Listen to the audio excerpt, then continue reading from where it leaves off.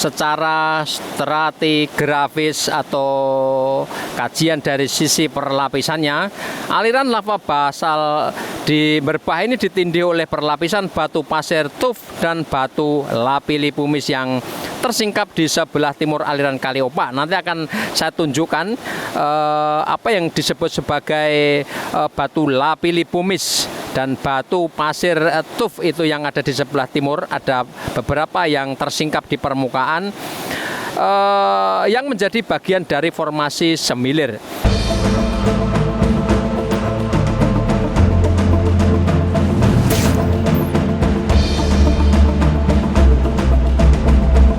Halo Bolo, Sobat Volcanovlog dan pemirsa dimanapun Anda berada, masih di rangkaian eksplorasi lava bantal Merbah. Saya mungkin akan menjelaskan secara ringkas apa yang bisa kita temukan, bisa kita amati, dan bisa mungkin kita pahami di lokasi ini. Dan jika Anda mendengar suara gemuruh di belakang saya, ini adalah gemuruh dari aliran Kali Opak yang secara praktis ini memisahkan antara lava bantal produk letusan bersifat efusif atau leleran yang menghasilkan batuan basal piroksen dengan batuan sedimen yang dikenal luas sebagai batuan dari formasi semilir di sebelah timurnya. Jadi Kali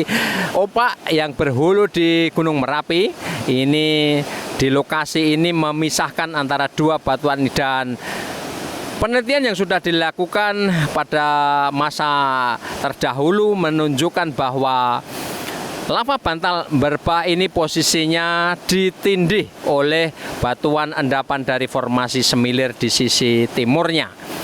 Oke, dan saya mengutip hasil penelitian yang dilakukan oleh geolog dan vulkanolog senior Pak Dr. Sutekno Bronto, kemudian Ibu Dr. Sri Mulyaningsih Gendut Hartono, dan B. Astuti, ketika mereka mencoba untuk menelisik dan meneliti tentang sumber erupsi dan posisi stratigrafi Gunung Api Purba yang kemudian disebut sebagai Gunung Api Purba Watu Adek.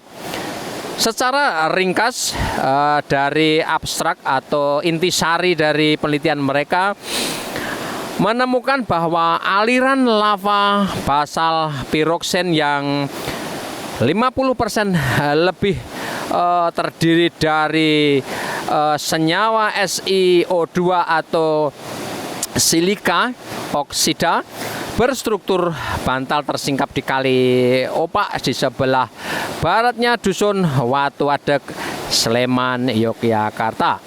Lava tersebut mempunyai panjang aliran secara umum berkisar antara 2 hingga 5 meter dengan diameter berkisar antara setengah hingga 1 meter dan membentuk kulit kaca di permukaannya. Kulit kaca itu maksudnya tadi permukaannya bisa kita lihat lebih licin, mengkilap. Jadi bukan kaca, tetapi karena sifat pembentukannya yang sangat cepat sehingga menghasilkan kulit permukaan batu yang rapat dan tampak mengkilat atau licin,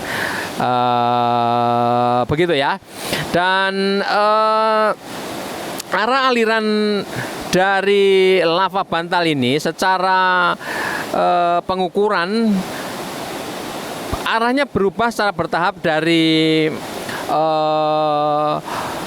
berapa ini ya, U70 derajat di bagian utara menjadi arah U120 derajat T di tengah dan U150 derajat T di bagian selatan. Jadi ini mengalir dari barat laut menuju ke tenggara. Kira-kira arahnya dari barat laut menuju ke tenggara. Lebih kurang 150 meter di sebelah barat sungai terdapat sebuah bukit kecil setinggi 15 meter yang mempunyai komposisi sama dengan aliran lava bantal. Keduanya berupa basal piroksen berwarna abu-abu gelap bertekstur vitrofir sehingga porfir mengandung gelas. Berdasarkan data tersebut diperkirakan bahwa bukit kecil itu merupakan sumber erupsi aliran lava dan breksi pumice yang merupakan bagian formasi semilir.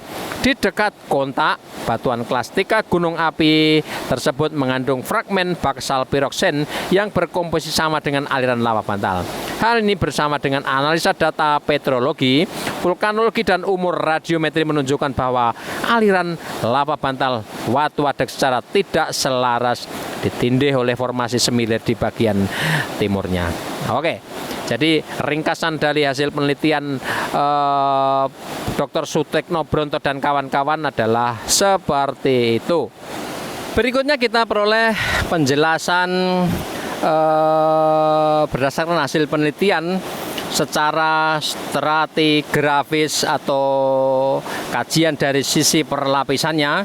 Aliran lava basal di Merbah ini ditindih oleh perlapisan batu pasir tuf dan batu lapili pumice yang tersingkap di sebelah timur aliran Kali Opak. Nanti akan saya tunjukkan apa yang disebut sebagai batu lapili pumice dan batu pasir tuf itu yang ada di sebelah timur. Ada beberapa yang tersingkap di permukaan yang menjadi bagian dari formasi semilir. Dengan demikian maka Kali Opak yang melintasi wilayah ini benar-benar mengalir melalui batas kontak antara aliran lava basal berstruktur bantal dengan batuan klastika gunung api kaya akan pumice formasi semilir. Dan secara petrologis, singkapan batuan beku basal di Bukit Watu Wadek tersebut di atas mempunyai kesamaan ciri-ciri batuan dengan aliran lava basal berstruktur bantal di tepi barat Kali Opak. Aliran lava basal berstruktur bantal di Watu Wadek Kali Opak ini mempunyai lebar singkapan antara 10 hingga 15 meter dengan panjang kira-kira 50 meter. Secara fisik tubuh lava seperti aliran getah atau berbentuk bantal guling dengan panjang berkisar 3 hingga 10 meter dan diameter setengah hingga 1 meter. Permukaan lava yang belum tererosi berwarna hitam mengkilap bertekstur gelas menyerupai obsidian dan dikenal sebagai kulit kaca atau glassy skin. Potongan melintang tegak lurus aliran memperlihatkan bentuk penampang melingkar atau seperti elip yang di dalamnya terdapat struktur konsentris dan rekahan radier. Kedua struktur itu saya ulangi lagi. Kedua struktur itu diperkirakan terbentuk karena proses pendinginan sangat cepat di bagian permukaan aliran lava dan melambat ke bagian dalamnya. Proses pendinginan sangat cepat menyebabkan mineral tidak sempat membentuk kristal atau amorf yang proporsi terbanyaknya di permukaan, tetapi menurun ke bagian dalamnya. Pendinginan sangat cepat, banyaknya gelas gunung api yang mudah pecah, dan pergerakan aliran menyebabkan terjadinya retakan dan rekahan yang intensif di permukaan lava. Hasil pengukuran arah aliran lava bantal Watu Wadek di tepi barat Kali Opak mengarah dari posisi barat laut menjadi ke sisi tenggara. Jadi mengalirnya bisa diperkirakan dari arah barat laut ke tenggara. Secara keseluruhan aliran arah itu memperlihatkan pola semi radier ke arah timur, timur laut, timur tenggara dan selatan dan serta barat daya. Perpanjangan garis arah lapisan lava itu mempunyai titik temu di bukit kecil di sebelah barat Kali Opak yang bersusunan basal. Hal tersebut menjadi indikasi yang kuat bahwa aliran lava basal berstruktur bantal di Kali Opak bersumber dari bukit kecil di sebelah baratnya. Secara geologi regional, batuan gunung api tersier di daerah Watu Wadek ini dimasukkan ke dalam formasi semilir, tetapi ini masih menjadi catatan dan kritik dari para ahli yang kemudian memberi argumentasi mengingat perbedaan jenis batuan. Maka ada pendapat ahli yang menyebutkan bahwa batuan lava basal piroksen di Watu Wadek ini terpisah dari formasi semilir. Dan berdasarkan prinsip litostratigrafi, hanya batu pasir tuf dan batuan lapili pumice yang sesuai menjadi bagian dari formasi semilir. Sedangkan keberadaan lava bantal Watu Wadek tersebut di atas tidak jelas apakah dimasukkan dalam formasi kebubuta atau formasi yang lainnya. Pada batas kontak antara lava basal dengan batuan lapilli dan tuf formasi semilir dilakukan pengukuran stratigrafi rinci, dan dari sini diketahui bahwa di bagian bawah formasi semilir terdapat bereaksi dengan fragmen batuan beku basal. Jadi ini menarik, ada semacam rombakan yang kemudian ditindih oleh batuan tuf lapilli pumice dari formasi semilir, dan ini terletak ada di bawah formasi semilir. Jadi menunjukkan bahwa tidak semua produk vulkanis yang ada di geosite lava bantal berbah ini berakhir dengan batuan yang sama, tetapi ada juga yang terombakkan dan kemudian membentuk bereaksi yang bersifat yang diisi oleh fragmen batuan beku basal. Jadi mungkin ini juga hasil dari rombakan. Berikutnya adalah penjelasan tentang dari aspek magmatisme lava bantal watu-wadek dan formasi semilir yang bersisian atau bahkan ditindih secara selaras. Ini menunjukkan perbedaan yang cukup signifikan. Lava bantal watu-wadek berkomposisi basal, sedangkan formasi semilir bersusunan dasit. Secara diferensiasi normal, perubahan dari basal ke dasit harus melalui proses andesit basal dan andesit terlebih dulu, yang hal ini memerlukan waktu sangat lama. Dari aspek vulkanisme, aliran lava bantal dihasilkan oleh erupsi lelehan atau effusive eruption magma basal yang miskin gas atau bahan volatilnya masih terlarut di dalam cairan magma. Sedangkan bereaksi dan batuan lapilli kaya bumi serta tuf formasi semilir dihasilkan oleh erupsi letusan sangat besar atau very explosive cataclysmic paroxysmal atau colossal eruption. Karena magma bersusunan asam dan mempunyai tekanan gas yang sangat tinggi. Berdasarkan pengamatan pada kaldera gunung api kuarter seperti gunung api Krakatau, letusan besar yang menghasilkan bahan piroklastika kaya pumice terjadi lebih dahulu. Setelah beberapa puluh tahun kemudian, muncul gunung api anak Krakatau yang batuannya bersusun andesit basaltik. Artinya tenggang waktu geologi sangat pendek justru terjadi antara erupsi letusan sangat besar ke erupsi lelehan. Kalau ini yang terjadi, maka posisi stratigrafi formasi semilir seharusnya di bawah aliran lava bantal.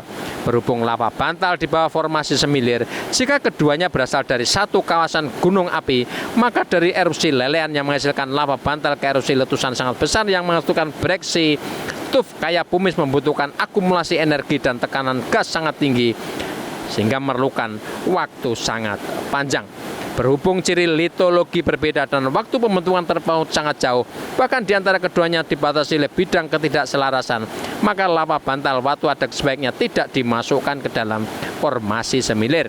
Mungkin lava bantal ini dapat dikorelasikan dengan lava bantal lain di pegunungan selatan, misalnya di Kecamatan Piyungan, kemudian di wilayah Kecamatan Bayat, Kabupaten Klaten, kemudian di Tawangsari, Sukoharjo, Karangtengah di Kabupaten Wonogiri, dan Kabupaten di Pacitan, Provinsi Jawa Timur. Nah, Sobat Volcanoblog dan bolo-bolo di mana semuanya, inilah penjelasan secara ringkas hasil penelitian Dr. Sutekno Bronto dan kawan-kawan tentang lava bantal watu-wadek di Berbah dan posisi pertemuannya dengan batuan formasi semilir. Semoga ini bermanfaat untuk Anda dan kita semua. Salam sehat, salam tangguh.